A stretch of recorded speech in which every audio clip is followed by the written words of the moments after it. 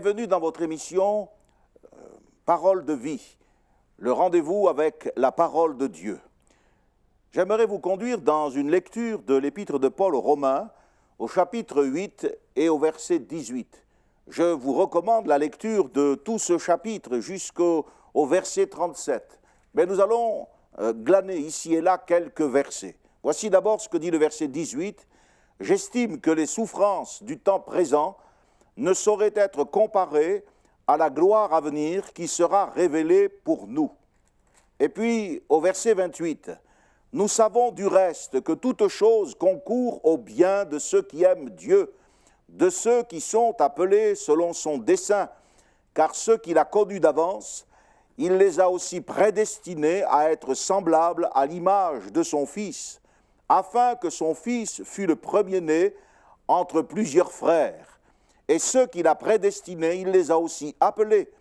Et ceux qu'il a appelés, il les a aussi justifiés. Et ceux qu'il a justifiés, il les a aussi glorifiés. Que dirons-nous donc à l'égard de ces choses? Si Dieu est pour nous, qui sera contre nous? Lui qui n'a pas épargné son propre Fils, mais qui l'a livré pour nous tous, comment ne nous donnera-t-il pas aussi toutes choses avec lui? Qui accusera les élus de Dieu? C'est Dieu qui justifie. Qui les condamnera? Christ est mort. Bien plus, il est ressuscité. Il est à la droite de Dieu et il intercède pour nous. Qui nous séparera de l'amour de Christ? La tribulation, l'angoisse, la persécution, la faim, la nudité, le péril, l'épée? Dans toutes ces choses, nous sommes plus que vainqueurs par celui qui nous a aimés. Car j'ai l'assurance que ni la mort, ni la vie, ni les anges, ni les dominations, ni les choses présentes, ni les choses à venir, ni les puissances, ni la hauteur, ni la profondeur, ni aucune autre créature ne pourra nous séparer de l'amour de Dieu manifesté en Jésus-Christ, notre Sauveur. Amen. Gloire à Dieu. Ambroise, qui était l'un des pères de l'Église, disait que la Bible était le festin de l'âme. Et s'il est vrai que la Bible tout entière est le festin de l'âme humaine, eh bien, on peut dire que le chapitre 8 de l'épître de Paul aux Romains est le plat de résistance de ce festin. J'aimerais vous aider aujourd'hui à savourer la parole de Dieu, jusqu'à en être rassasié de tout ce qu'elle renferme. Dans ce chapitre que je vous invite à méditer, vous serez rassasié de la consolation divine. Les grandes doctrines de l'apôtre Paul, telles que la justification par la foi, l'adoption, l'élection, on peut les comparer à des eaux profondes. Mais lorsque vous parlez de la consolation que Dieu apporte à une âme, alors on a l'impression que ce ne sont plus des eaux profondes, mais plutôt ce doux clapotis de l'eau qui vient tout doucement mourir sur le rivage et qui vient baigner vos pieds. Nous savons, dit le verset 28, nous savons du reste que toute chose concourt au bien de ceux qui aiment Dieu, de ceux qui sont appelés selon son dessein. C'est Martin Luther qui disait « Consoler une âme abattue, c'est une œuvre aussi grande que de ressusciter un mort. » Peut-être y a-t-il aujourd'hui quelqu'un qui est confronté à une profonde détresse intérieure. Peut-être que vous êtes là devant votre Bible et votre cœur ne réagit plus. Alors j'aimerais que cette vague qui vient rafraîchir sur le rivage les pieds du voyageur puisse vous atteindre au travers de ce message. Quel merveilleux privilège tout d'abord. Paul dit « Toute chose concourt au bien ». Mais posons-nous la question, qui est concerné par le privilège? Ce sont ceux qui sont appelés. Ce sont ceux qui aiment Dieu. Et l'origine, la source de cet appel, de ce privilège, eh bien ce sont ceux qui sont appelés selon son dessein. Vous voyez, chaque mot est bien choisi, chaque mot est significatif. J'aimerais que l'on puisse récupérer chaque parcelle de cet or afin que rien ne se perde. D'abord, ce passage commence par une certitude. L'apôtre dit « nous savons ». Nous savons. C'est la certitude d'un privilège. Il ne s'agit pas d'une vague espérance. Le chrétien peut avoir non seulement une idée vague de ce qu'il croit, mais surtout une certitude absolue. Ces vérités sont confirmées et scellées en lui par le Saint-Esprit. L'apôtre Paul dit que la source de cette certitude, de ce savoir, qui est une véritable conviction, tient au fait que l'Évangile n'a pas été prêché en parole seulement, mais avec puissance, avec l'Esprit Saint et avec une pleine persuasion. L'Esprit nous a donc marqués d'un sceau. Il a mis dans nos cœurs les arts de l'Esprit. C'est ainsi que la certitude du peuple de Dieu est grande. Non seulement il sait que toute chose concourt au bien de ceux qui aiment Dieu, mais il sait que même par-delà l'expérience de la vie sur cette terre, eh bien il sait que si cette tente où il habite est détruite, il possède dans le ciel un édifice qui est l'ouvrage de Dieu, une demeure éternelle qui n'a pas été faite de main d'homme. Et puis l'avenir également lui appartient en quelque sorte, puisqu'il sait, d'après la première épître de Jean, il sait que lorsqu'il paraîtra, Jésus, nous serons semblables à lui, parce que nous le verrons tel qu'il est. Cette certitude, c'est l'excellence du privilège. Et ce privilège, c'est que toute chose concourt au bien de ceux qui aiment Dieu. C'est une vérité qui ressemble, vous savez, à ce bâton de Jacob. Le pèlerin qui était Jacob, le patriarche, nous dit qu'il avait traversé le Jourdain avec son bâton. Que de fois cet homme avait dû s'appuyer sur la fermeté de ce bâton. Que de fois il avait repris courage. Que de fois son corps avait été renouvelé dans sa marche. Il avait traversé le Jourdain avec ce bâton. Je souhaite en effet que vous puissiez reprendre des forces. Quand il est dit que toute chose concourt, le verbe concourir nous fait penser à ce qui se passe dans une pharmacie. Lorsque le médecin vous a prescrit un médicament, alors le pharmacien, avec son habileté et sa précision, va respecter les proportions exactes. Et avec des ingrédients plus ou moins nocifs, il va parvenir à former, selon les indications du médecin, un médicament efficace. Les circonstances de votre vie, qu'elles soient positives ou qu'elles soient carrément négatives, elles sont coordonnées et elles sont sanctifiées par Dieu lui-même. Lorsque toutes ces choses s'assemblent sur notre chemin, et nous appelons cela la providence divine. Dans le livre des psaumes, il est dit au psaume 25, « Tous les sentiers de l'Éternel sont miséricorde et fidélité pour ceux qui gardent son alliance et ses commandements. » Voyez-vous, chacun de vos sentiers, chacune des voies que vous empruntez, si vous êtes parmi ces élus qui aiment le Seigneur, vous devez vous rappeler que chacun de ces sentiers est bordé de miséricorde et de fidélité. Vous pouvez être confiant, même si sur ce chemin vous faites des expériences difficiles, il concourt à votre bien. En fait, quand on regarde l'Écriture de près et quand on comprend ce que Paul veut nous dire, eh bien on se rend compte que les meilleures choses, autant que les pires, concourent à notre bien. Les meilleures choses, eh bien d'abord c'est la personne même de Dieu, sa puissance, les attributs de Dieu contribuent et concourent au bien de ceux qui aiment Dieu, sa puissance, par exemple. Il est écrit que fortifié à tous égards par sa puissance glorieuse, en sorte que nous soyons toujours et avec joie, persévérants et patients. Il est écrit dans le livre du Deutéronome, le Dieu d'éternité est un refuge, sous ses bras éternels est une retraite.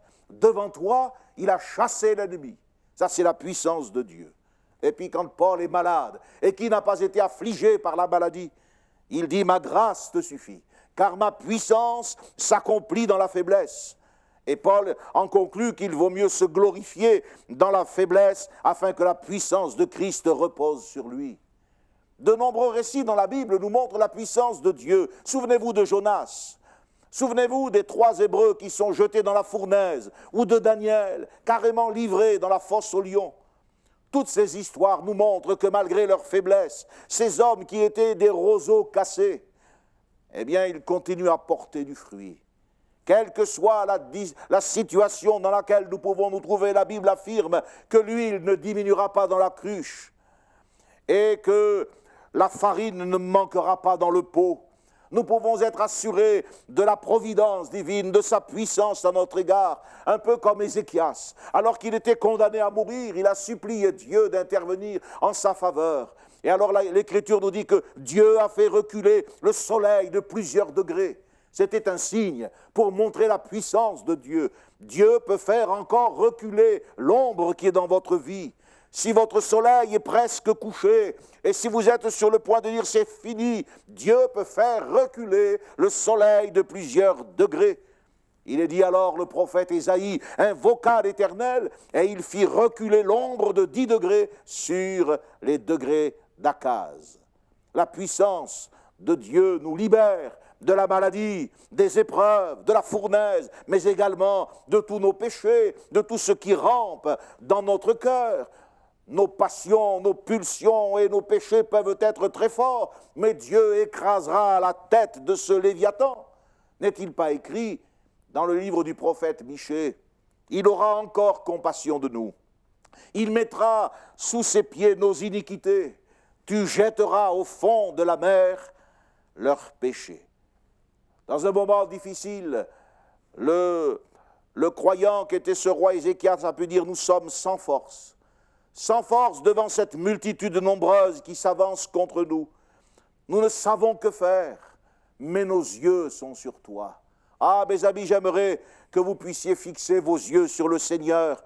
J'aimerais que vous puissiez regarder à lui, même si vous vous sentez sans force, même si vous avez échoué, même si une fois encore, une fois de plus, vous avez été trahi par vous-même. Écoutez la voix de l'Esprit qui dit « Je réparerai leur infidélité, j'aurai pour eux un amour sincère, car ma colère s'est détournée d'eux. » Ça, c'est la puissance de Dieu.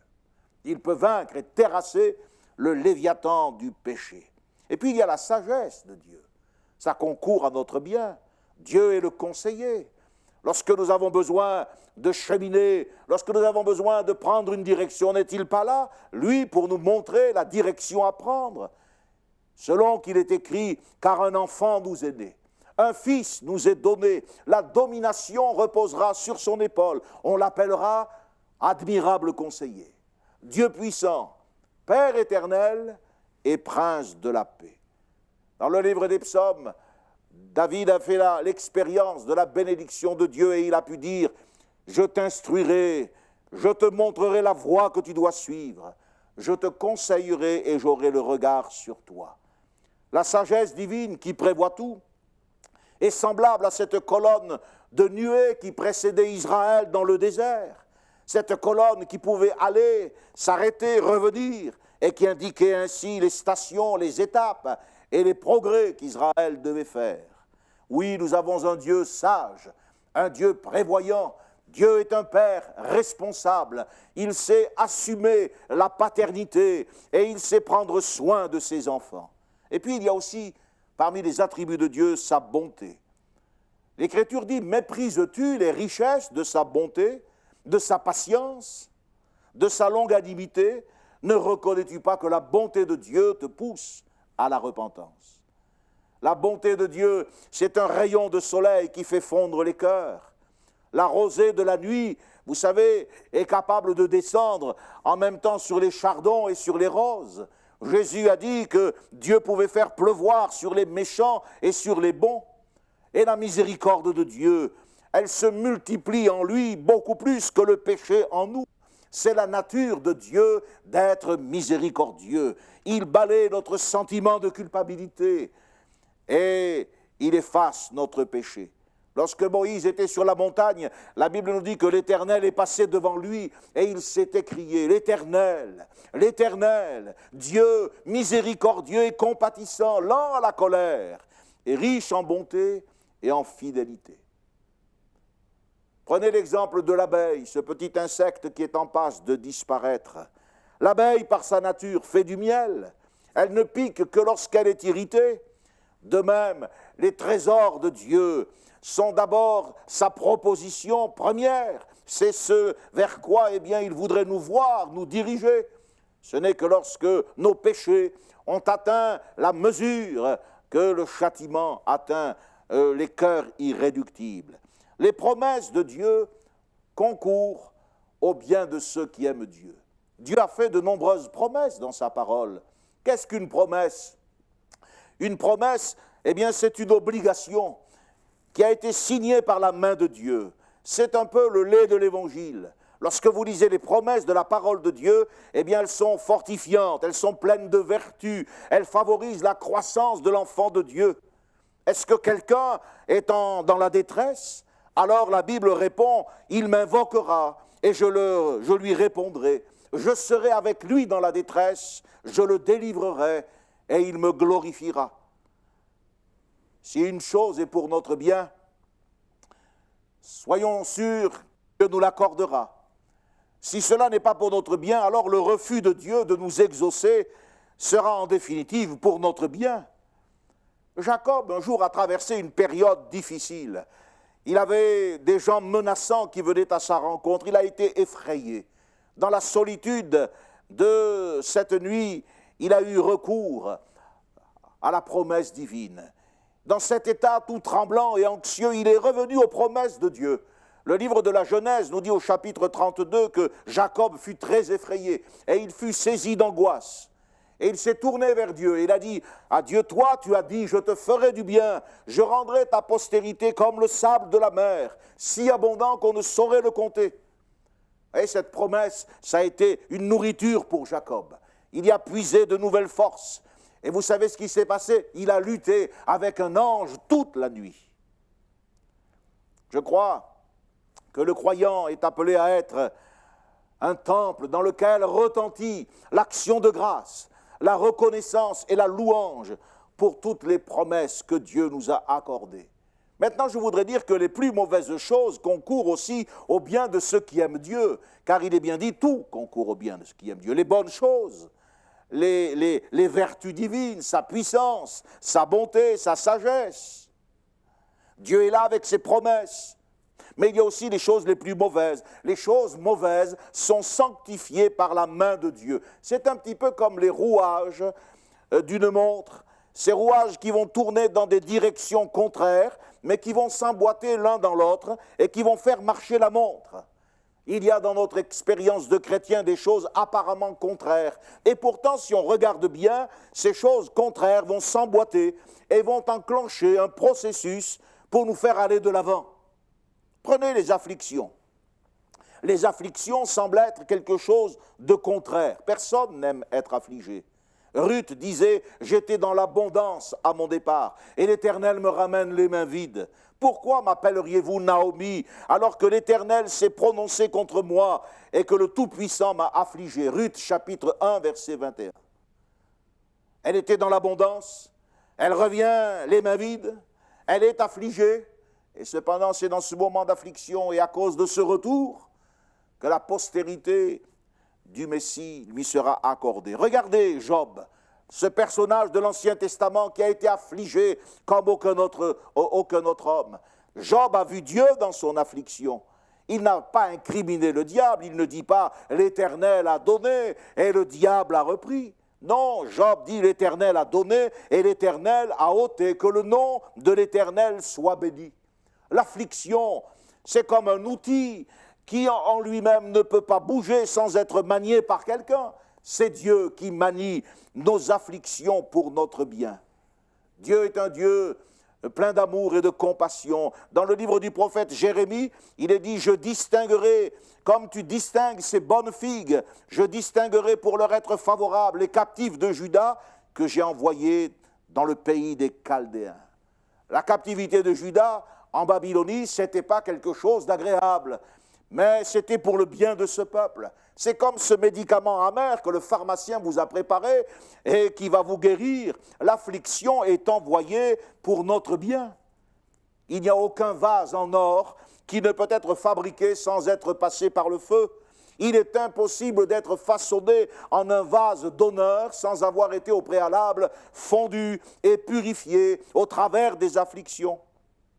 Prenez par exemple Manassé. Manassé, l'Écriture nous dit que lorsqu'il fut dans la détresse, il implora l'Éternel et il s'humilia profondément devant Dieu. Il lui adressa des prières et l'Éternel se laissa fléchir. Il exauça ses supplications et il ramena Manassé à Jérusalem et Manassé reconnut que l'Éternel était Dieu. Manassé, c'était un roi enchaîné, il faisait peine à voir. La couronne d'or qu'il portait, eh bien, s'était transformée en une chaîne d'airain. Oh, n'importe qui aurait fait l'analyse de cette situation aurait dit, mais c'est la fin de Manassé. Pourtant, cette transformation a été rendue nécessaire pour son bien. Manassé a infiniment été plus redevable à ses chaînes d'airain qu'à sa couronne d'or. C'est la couronne d'or qui l'avait rendu orgueilleux et qui l'avait amené à se rebeller contre Dieu. Mais les chaînes d'airain, l'emprisonnement, lui avaient appris l'humilité et l'avaient ramené à Dieu. Job ne présentait pas non plus une image bien enviable. C'était un spectacle de misère. On ne voyait que des ulcères sur son corps. Mais là encore, ce fut pour son bien. Ses amis ont peut-être douté de lui, mais Dieu a rendu témoignage de son intégrité du haut du ciel. Et nous parlions il y a quelques instants de Jacob et de son combat avec l'ange. Nous savons comment l'histoire s'est terminée. Alors que le jour se levait, l'ange de l'Éternel a frappé Jacob à la hanche. Son emboîture s'est démise. Ce devait être quelque chose de douloureux. À partir de ce moment, Jacob a marché comme quelqu'un qui était déhanché. Mais Dieu a transformé Jacob. Il dira, j'ai vu Dieu face à face et mon âme a été sauvée. Qui est-ce qui ne serait pas d'accord d'avoir une articulation démise afin de voir Dieu? Remarquez au passage que c'est à partir du moment où il a commencé à boiter que Jacob a marché droit avec Dieu. Paul a eu son lot de souffrances également. Il a tout d'un coup été sur le chemin de Damas frappé de cécité. C'est plutôt gênant comme situation. Il est entré dans cette ville alors qu'il avait les pleins pouvoirs pour arrêter les chrétiens comme un aveugle, mendiant et cherchant son chemin. Et pourtant, c'est au travers de cette souffrance que Dieu a révélé son Fils à cet homme. Quelquefois, nous passons par l'épreuve, l'emprisonnement, la maladie, le combat spirituel. Dans la nature, le froid accablant de l'hiver précède et prépare les fleurs du printemps.